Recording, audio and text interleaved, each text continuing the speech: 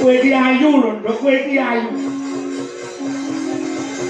Kowe nang desa kene iki diarani kembang desa. Nek diarani kembang desa iki tegese wong sak desa kuwi ayu dhewe kowe lah. Kanca-kancamu sekolah wis mondong anak siji. Mondong anak loro. Lah kowe sak yaene urung krentek, urung duweni sedya palakrama wijane. Apa kowe pengen rabi ngenteni aku mati lho dhisik. Oh, kowe iso ngerti kok.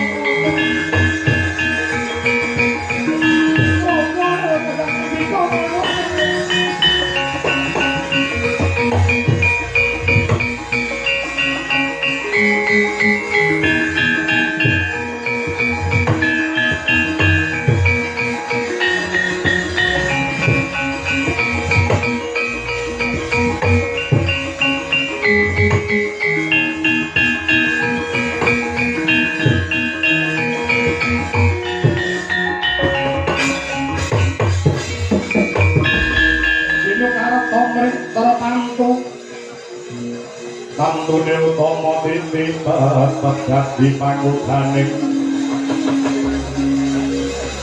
wajodan permengan tantu kena tinolado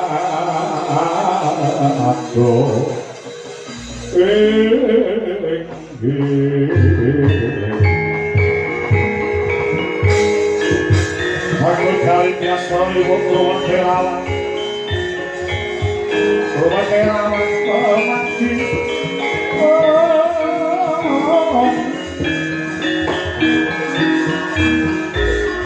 bilang kau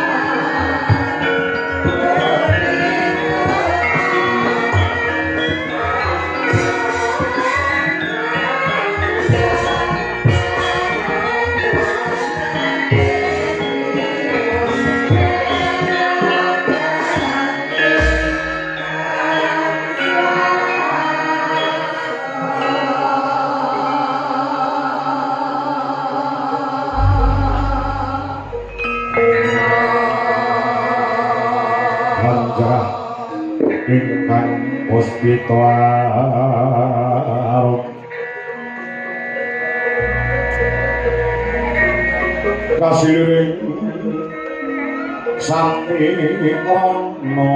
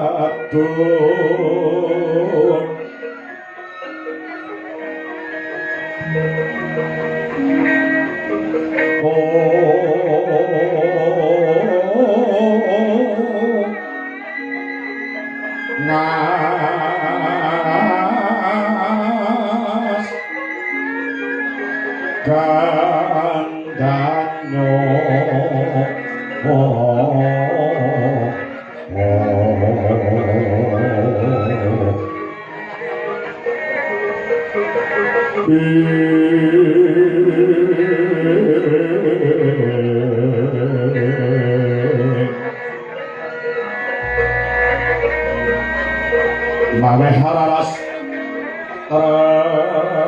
aning driya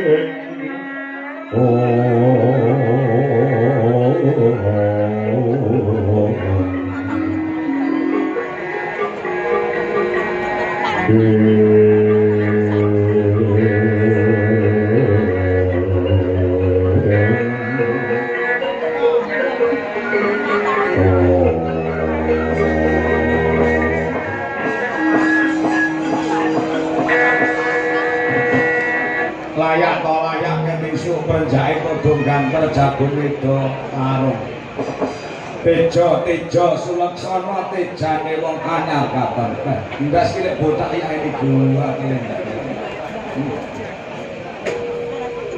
nuwun sewu njaluk ngapura sadurunge pancen urung nate pinanggya tegese urung nate petruk kepengin manuh pekasane mitambuh panjenengan kuwi sapa Raden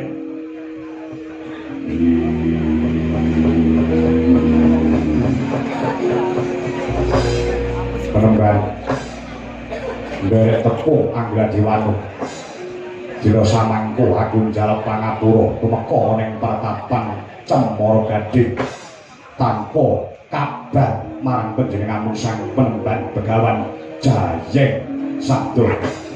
Nuwun sewu sak blebetan kaya nanti weruh, nanti semerep wonten ing layar kaca sampeyan ki sapa? Satriya Pringgodani Raden Gatotkaca. Gatotkaca.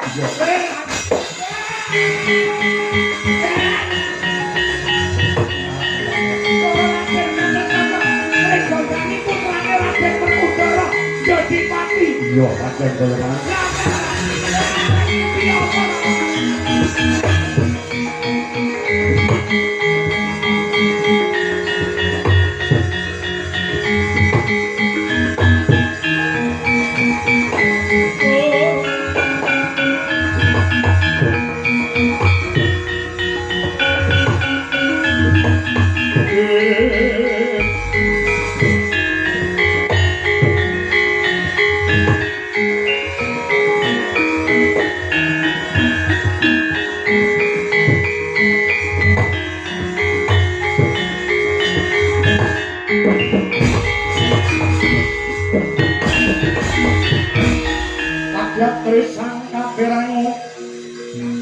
Bari nangkul kinempet-kempet dosan barat naning dawono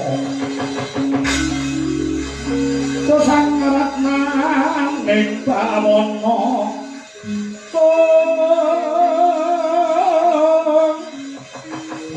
yo situkang walang ati yo situkangan nasing jas yo situkang kudu kari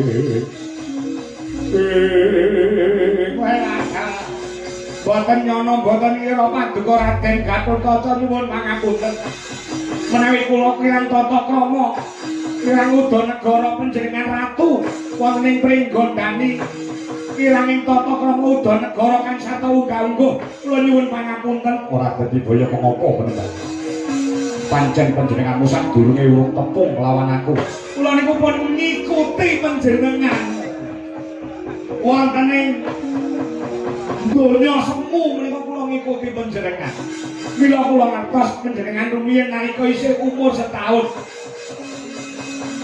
Nalika semanten dados jagone para dewa isa mateni ratu Inggiling Wesi Prabu Kalawarsana lan mati Seki Putantra niku ing ngatasé panjenengan jek umur setahun isa ngalahake buta sekti-sekti Mandraguna Prawira Jayamalagan. Yo, pancen kanyatane kaya mangkono. Landalah sugeng tindakipun.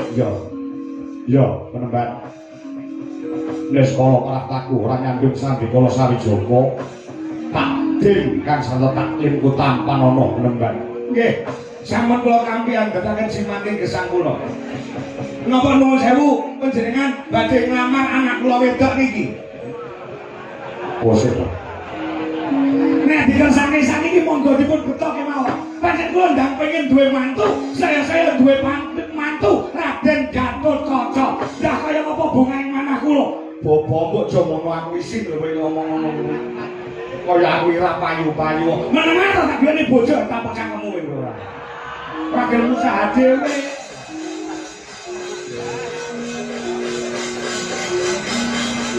Wonten wigatos menapa keparenga kula pun jayeng sabda nenggo dawuh menawi keni winedaring kathah kula semedya ngangulaken jaga ning karna nyadong wonten sabda sabdanipun Raden Jabang Luka. Ngene lho.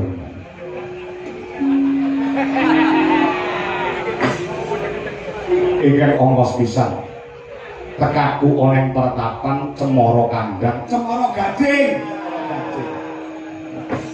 kepingin panuh lawan panjenenganmu nderek tepung nyambung silaturahmi nggih angka loro nakinake kahanan kawilujengan pebagas kewarasan pangestunipun keluarga mriki tansah pinaringan rahayu wilujen lah sing angka 3 lho jawu apa bener panjenengan kuwi duwe putra ingkang mijil pawestri anak wedok iya sing sasile Dewi Jayeng Resmi. Lah niki anak kula dikersane napa pripun? Kusik-kusik tenan. Bapak ki aja ngisip. Aku kaya perawan rapayu rumah sakit tomat kawen tomat kawen. Meneng tak loro didagole ya. Golekne jodoh ngomong. Pripun Raden? Nggih. Kares-kures Bloko Suto Blak Kotang Perserang tekaku rene bakal ngebun esuk ngudan sore tegese nglamar marang putramu putri sing jenenge Jayeng Resmi. Monggo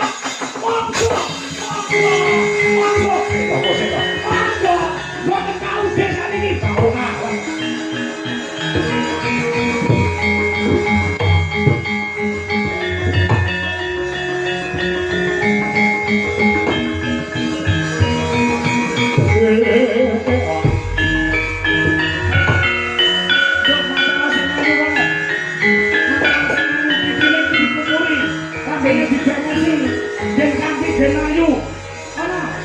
Mau bawa aku ngene iki ngene iki.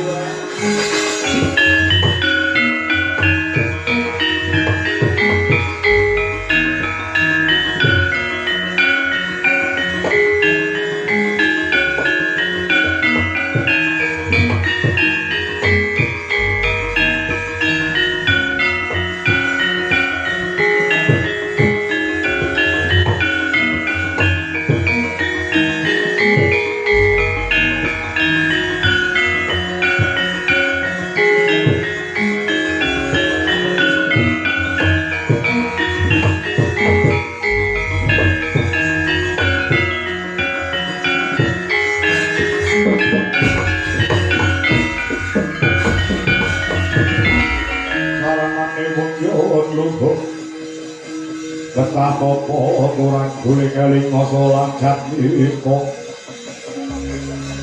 yen wacana kudu manis yen makana kudu manis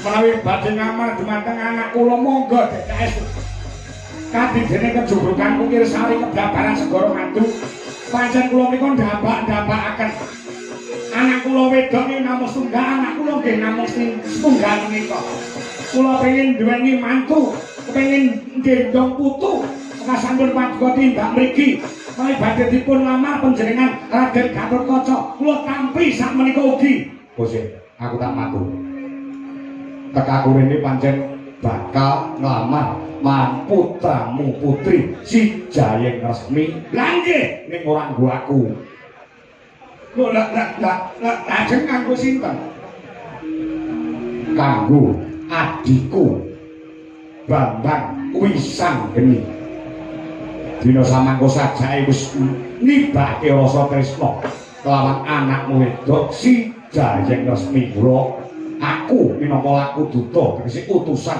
saka adikku Bambang Wisanggeni apa diparengake putramu putri tak boyong minangka dadi Jatukrata tegese bojone adikku Bambang Wisanggeni bumi kunjang kanjeng langit kelap-kelap katon lending saking alis risang mawek kandrung sabarang kadulu sabarang kadulu ukir moyak mayit saking jabali lumari sang kandrung duhari sumitra panoyo paranda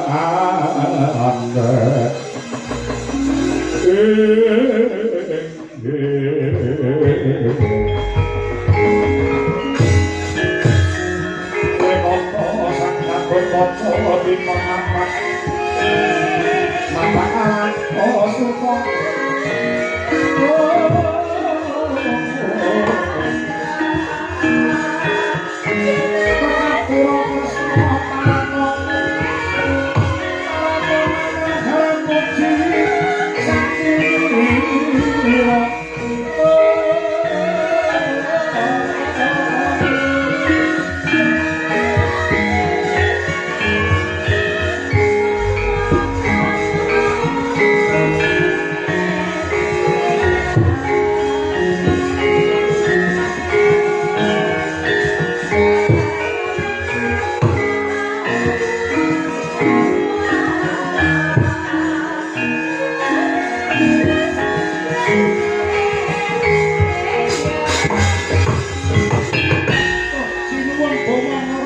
Yo, aku sing kok ngarak sing yo.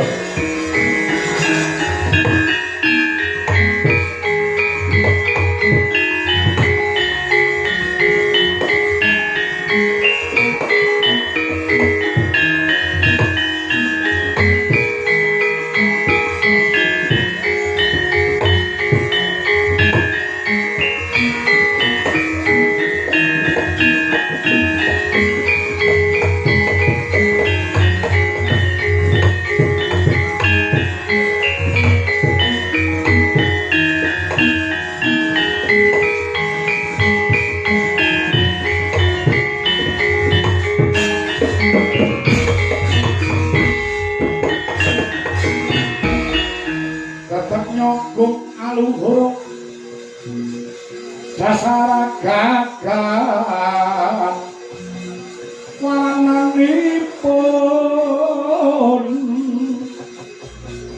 Kanjeng Sri Parapati Raja kang ngabala ratu ponta-ponta maneng katon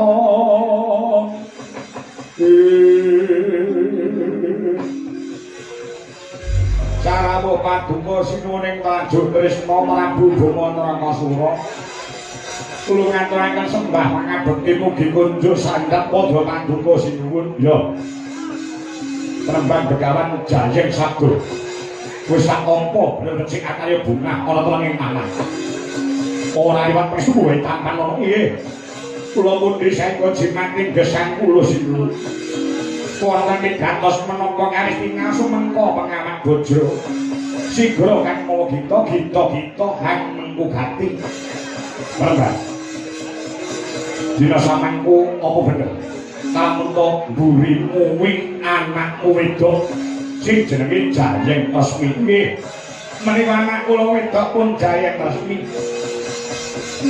lajeng wonten ing gantos menapa dene paduka kalenggan samangke ngene lugune ewuh kaya ing pambudi anggonku bakal matur ana ngrasaning sang penemban Begawan Jayeng Sabda jalaran Bromo Nrakasura kuwi wis duwe pacangan utawa duwe bojo ya kuwi Yayi Hak Nyanawati mung bae penemban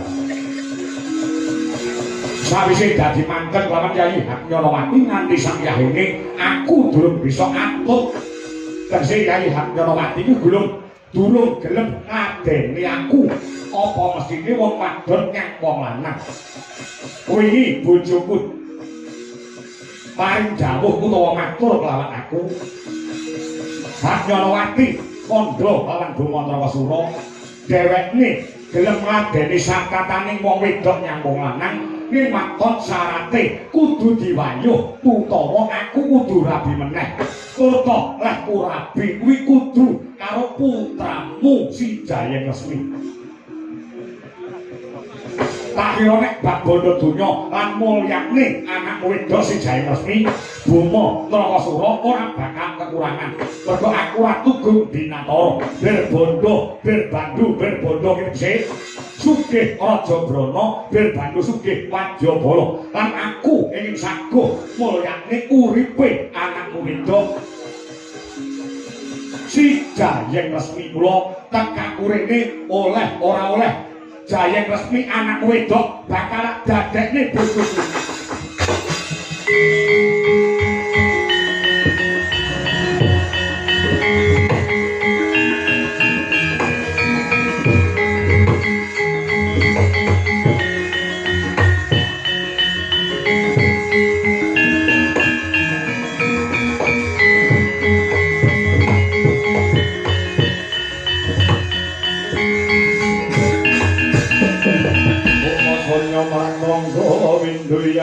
amun-amun liriku mampang